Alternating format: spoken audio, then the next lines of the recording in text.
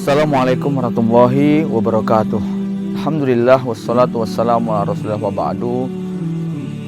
Kaum muslimin muslimat dimanapun berada, satu hal yang menjadi tanggung jawab terbesar, tugas terpenting sebagai orang tua adalah sebagaimana firman Allah Subhanahu wa taala, a'udzubillahi minasyaitonirrajim, ya ayyuhalladzina amanu qu anfusakum wa ahlikum nar wa quduhan nas wal hijarah 'alaiha malaikatun ghiladun syidadun la ya'sunallaha ma amarahum wa yaf'aluna ma yu'marun. Para ulama mufassirin dalam menjelaskan ku anfusakum, salah satunya adalah addibuhum wa 'allimuhum. Ajarkan kepada mereka adab, etika, budi pekerti, dan ajarkan kepada mereka ilmu yang bermanfaat untuk kepentingan dunia akhirat mereka. Sejatinya bahwa tanggung jawab pendidikan sepenuhnya berpulang kepada kedua orang tua. Hanya Islam mengizinkan satu aktivitas ataupun satu akad yang sifatnya adalah saling memberikan keuntungan, yakni akad wakalah, sehingga orang tua yang tidak punya kemampuan untuk mengajarkan ilmu agama, orang tua yang tidak punya kemampuan mengajarkan ilmu dunia, orang tua yang tidak mampu mengajarkan berbagai macam hal yang dibutuhkan oleh anak-anaknya, diwakilkan kepada para guru, para ustadz, para mu'alim, yang di situ ada akad jawazu taklif, saling memberikan beban. Dalam hal ini adalah ada kontribusi dan kewajiban yang dibayarkan oleh orang tua. Tapi sejatinya bahwa tanggung jawab itu sepenuhnya adalah kembali kepada kedua orang tua. Dengan kata lain, tidak cukup bagi orang tua hanya sekedar dia menitipkan anaknya, melunasi SPP-nya, lalu kemudian dia memastikan anaknya dijamin sukses. Mengapa demikian? Karena hakikatnya pendidikan mirip seperti seekor burung perikan dengan kedua sayapnya yang dikepakkan saat terbang membawa bayi yang ada di mulutnya. Kanan kiri sayap tersebut adalah orang tua biologis dan orang tua ideologis. Kalau salah satu sayap itu kemudian tidak berfungsi, maka dipastikan burung ini tidak akan sampai ke tujuan. Bayi yang dibawa juga tidak akan selamat. Begitulah kira-kira gambaran tentang anak-anak yang kita titipkan di lembaga-lembaga pendidikan maupun pesantren.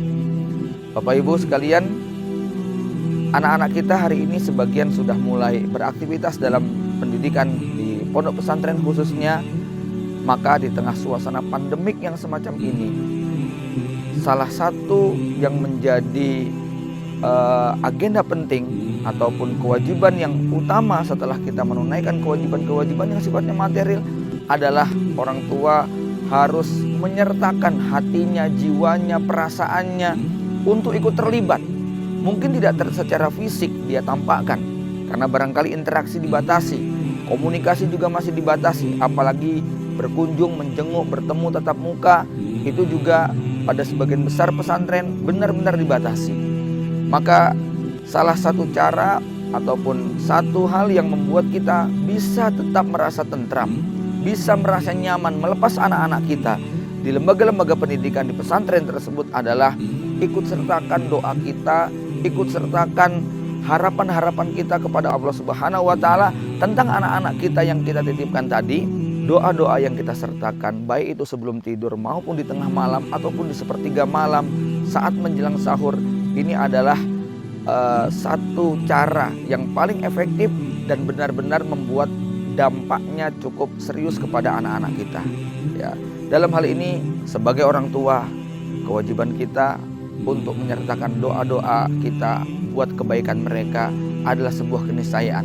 Kalau Al-Imam Ibnu Qayyim memberikan sebuah gambaran, kalau manusia itu memiliki problem, punya masalah, punya berbagai macam ujian, kemudian dia mencari solusi, lalu di dalamnya ada doa-doa yang dia panjatkan, lalu kemudian dia berhasil keluar dari masalah ataupun dia sukses di dalam melewati itu semuanya, lebih dari 50% itu adalah kontribusi doa yang dia minta kepada Allah Subhanahu wa taala.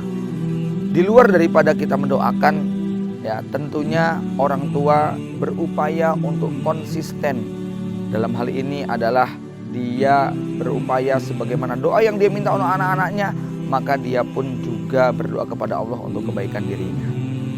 Mudah-mudahan keterlibatan kita secara hati, pikiran, dan jiwa buat anak-anak kita itu akan mempercepat proses kebaikan bagi anak-anak kita dan meringankan tugas tanggung jawab para asatidzah di lembaga-lembaga pendidikan mereka.